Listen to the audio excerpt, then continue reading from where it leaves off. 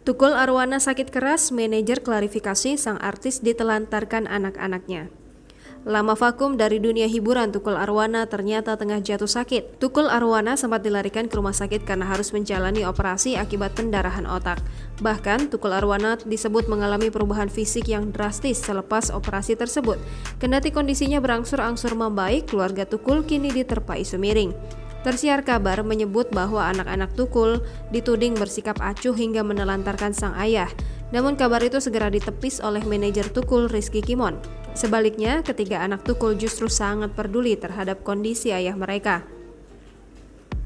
Bahkan, anak kedua Tukul senantiasa merawat sang ayah selama sakit. Pihak keluarga kini mulai membuka pintu bagi rekan-rekan Tukul yang ingin menjenguk. Manajer Tukul, Rizky Kimon, mengungkapkan bahwa Atta Halilintar dan Aurel Hermansyah berencana menjenguk sang pelawak.